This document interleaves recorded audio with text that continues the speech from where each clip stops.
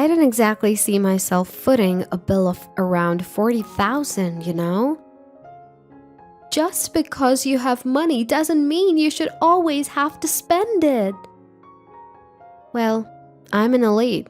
If it bothers you so much that I spend money, you're welcome to stop. Gladly. I'll stop, and I can even take this to court if we follow the proper procedures. I'm Angela, a 56-year-old woman. I lost my husband to an illness 10 years ago. Still, I've managed to raise my 2 children thanks to my job as a lawyer. My youngest son, Frank, works as a freelance writer. He says he writes about various genres, but I don't know much about his work. However, he's independent, so I trust him. My elder son, Righteous, is a salaried worker. He's somewhat careless with money and often says, "I'm handsome, so I've never had trouble with women." It worries me that he always introduces me to his flashy girlfriends. I have a small office and live alone, leading a leisurely life. One day, I got a call from Righteous. "Hey Mom, it's been a while. How you been?" "I'm doing great. It's indeed been a long time. Are you doing well, Righteous?" "Yeah, I'm good. Can I come over for a talk soon?" "A talk? What about?" "Well, I'll be waiting for you on my day off." "Okay, I'll come over to your place then." I live alone in an apartment. It's close to my office and I find it more calming to be alone. Work keeps me busy, and sometimes I can't even keep up with housework. But knowing Righteous was visiting, I cleaned up with enthusiasm. Just when I finished cleaning and was taking a break, the doorbell rang. It was Righteous. "Come in. I just finished cleaning up. Do you keep your place tidy, Righteous?" "Yeah, Mom. I'm thinking about getting married." "Oh, congratulations! So you finally found someone you want to settle down with." "Righteous, you always go for the flamboyant girls. No offense, but I was worried. You didn't just choose her for her looks, did you? Are you sure about this?" "You thought that about me? That's harsh." Sorry. You mentioned you wanted to talk about something." "Yeah, my girlfriend is an only child, and she has always dreamed of a wedding. She wants to show her parents her bridal look, but her parents have chronic illnesses and can't work. Can you help us out with the wedding costs, Mom?" "What? Righteous, haven't you been saving up?" "I've saved a little, but I need to think about our living expenses too, right? I'm a guy. I don't really care about the wedding ceremony that much." "Well, if that's the case, I guess it can't be helped." "Thanks, Mom. I'll make sure you get to see your grandchild. So please, spoil them, okay?" "Wait, a grandchild? Are you having a shotgun wedding?" "Sorry, nowadays we call it a joyful wedding." "Righteous, you've got it all backward." "Anyway, we need to go and greet her parents too." "Yeah, about that. She wants to have the wedding before she starts the show, so we've already booked the venue. And for that, we need money." "How much are we talking about?" $40,000. "I'm not sure about the average costs, but okay. More importantly, let's arrange a day to meet her parents." "Okay, got it."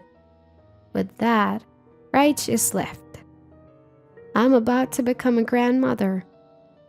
Some of my friends are already grandmothers, and they tell me grandchildren are truly special.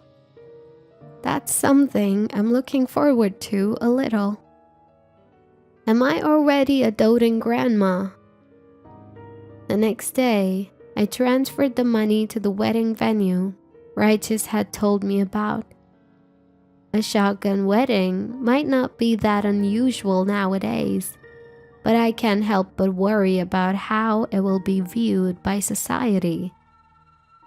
I spent the following days worrying.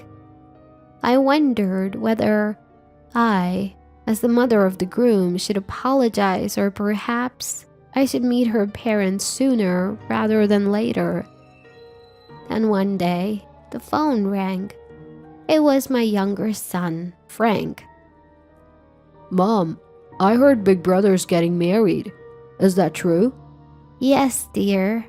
We've even paid the venue deposit. Wait, the venue is already booked? Well, it's a shotgun wedding. Or do they call it a celebration marriage now? Call it whatever you want, but is Big Brother really ready for this? Ready for what? Well, he's always brought home flaky women. I told him the same thing, but apparently her parents have chronic illnesses and are unemployed, so Righteous asked me to provide the wedding funds. Isn't it strange that you're the only one footing the bill, even for a shotgun wedding? I guess that's why they call it a shotgun wedding. It makes the groom's family feel guilty. I think you're the one who feels that way these days, Mom. Frank said, laughing. But I did feel guilty. Am I the only one who feels this way? Well, I am a woman of the old era, after all. I laughed to myself, waiting for my older son to contact me. Then, finally, the phone rang. It was Righteous. I've been waiting for your call. When are we going to meet her parents? Sorry for the late response. She's been dealing with severe morning sickness. Really? Is she okay? Is she unable to eat, or does she keep eating? You surely know a lot about this, don't you, Mom? Well, of course. After all, I've raised both of you.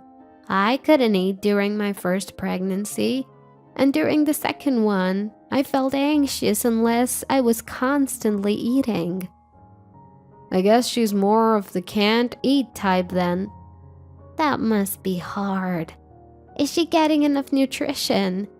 There's got to be something that she can eat. When I was pregnant, all I could keep down was canned oranges and then tomatoes. Now I can't stand either because I ate too much of them. So that's what it's like being pregnant, huh? It sounds tough. Sure is. That's why you need to take good care of her. Thanks, Mom. I'll get back to you once things have settled down. I forgot to tell him about the money I had spent on the wedding, but he seemed worried about his girlfriend's health, so I decided not to bring it up. It reminded me of the times when Righteous and Frank were little, and how I struggled to raise them. When they cried as infants, their cries were so powerful that I sometimes ended up crying myself. And when they started walking, I had to constantly keep an eye on them. Thankfully, my husband was a kind man who helped look after our sons. By the time he passed away, they were in high school and required less care. I remembered how gentle he was and wished he was still here. A few days later, Frank came to visit. Ding dong. Frank, what brings you here? It's unusual for you to visit. Well, there's something on my mind. What is it? You seem thinner. Are you eating enough? I'm fine, Mom. Work's just been busy. Anyway, about Big Bro. Is he really getting married? Why do you ask? Well, last time you mentioned that because his girlfriend's been sick from morning sickness. You haven't met her parents yet, right? So, it's the kind of morning sickness where you can't eat. It's so tough, morning sickness. Mom, why are you so casual about this? Huh? I saw Big Bro with a woman who looked like his girlfriend in the middle of my job. They were holding shopping bags and seemed to be having fun. The bags were from expensive brands. She didn't look like a pregnant woman at all. Really? What does that mean? Mom, you said you transferred the money for the venue, right? Are they really planning to have a wedding? I am so shocked. I don't understand what's happening. I had forgotten to breathe. What could it be? What I'm saying is, didn't they say they were going to have a wedding? Have you transferred the money and then suddenly cancel, using the money to go shopping? No way. That can't be true. Then who did I see? Big Bro and his mistress? Was the person Frank saw really righteous? Wasn't it someone else? Got it. I'll look into it properly. For now, act like you didn't hear this story and don't talk about it with Big Bro. Okay. Frank, please. As a lawyer, I deal with everything from infidelity investigations to civil and occasionally criminal cases. But I never thought I'd be deceived by my own son. I'm probably looking as if there are blue lines on my face in a cartoon. I was so shocked. It couldn't be, could it? A few days later, I finally got a call from my eldest son, Righteous. Sorry, Mom, for being late. Are you free on my next day off? Yes, I'm fine. Then I want to introduce you to her parents. Could you come to XXX Hotel? Understood. I'm looking forward to meeting them. While holding back the doubts in my heart, I managed to respond and hung up the phone. Mixed feelings of excitement about finally meeting the real girlfriend, the woman who will become my eldest son's wife, and anxiety. I am headed for the hotel we had promised to meet at, in a state of mind I had never experienced before. It was a restaurant in a city hotel with a beautiful view and a garden, and the weather was perfect. I wish I could have been in a better mood. Such a wonderful place. When I arrived, Righteous, his girlfriend, and her parents were already seated. I apologize for making you wait. No, we arrived early, so please don't worry about it. Nice to meet you. I'm Daisy's mother. Nice to meet you. My name is Daisy. Nice to meet you. The pleasure is mine. Nice to meet you. Let's sit down, shall we? She was a beautiful woman, just Righteous's type, and she was wearing a beautiful dress. I wondered if it was okay for a pregnant woman to wear high heels, but I hesitated to say it out loud as it might sound strange. I had heard that her parents had chronic illnesses and could not work, but they were dressed very nicely. Her mother was even carrying a designer bag. We are really happy that Daisy was chosen this time. I heard that Righteous is working at a prestigious company, and you're a lawyer. We're truly honored to be connected to your family. I think Daisy is too good for Righteous, but thank you. We exchanged typical greetings, and the meal proceeded in a relaxed atmosphere. So, Righteous, When is the wedding? I asked. About that. I was thinking we don't need to rush to have a wedding. Huh? But I already transferred $40,000 to the venue. More importantly, I found a suitable property for our new home. What do you think of this high-rise condominium? What do you mean besides? What about the high-rise condo? Suddenly, she showed me a brochure. We're thinking of having the wedding after we move and settle in our new home. So we need funds for the high-rise condominium, Mom. She and her parents bowed their heads and asked, "Please, for the sake of these two, we ask for your understanding and support." A high-rise condo fund out of the blue? As I was taken aback, Frank appeared. "Frank, you're here." Mom, it's gonna be okay. What do you mean it's okay? Brother, stop playing these cheap tricks. Tricks? What are you talking about? I did a little digging. The story about your parents being unemployed due to chronic illness? That's a lie, isn't it? What? They both work, don't they? Why is it that only my mom has to provide the wedding fund and transfer the money? Isn't that strange? Wait, isn't it normal for the groom's parents to provide the wedding fund? I've never heard of such a thing. And what's this about funds for a high-rise condo? Listen to this, he said, placing a voice recorder on the table. Recorded on it were voices of her father and Righteous. Frank had sneaked into this hotel a step ahead and recorded their conversation. Righteous, aren't you worried that your mother might find out that Daisy's pregnancy was a lie? No need to worry. My mother is the kind-hearted type who worries when told that Daisy has severe morning sickness. Did you also say you got a refund from the wedding venue after you suddenly canceled?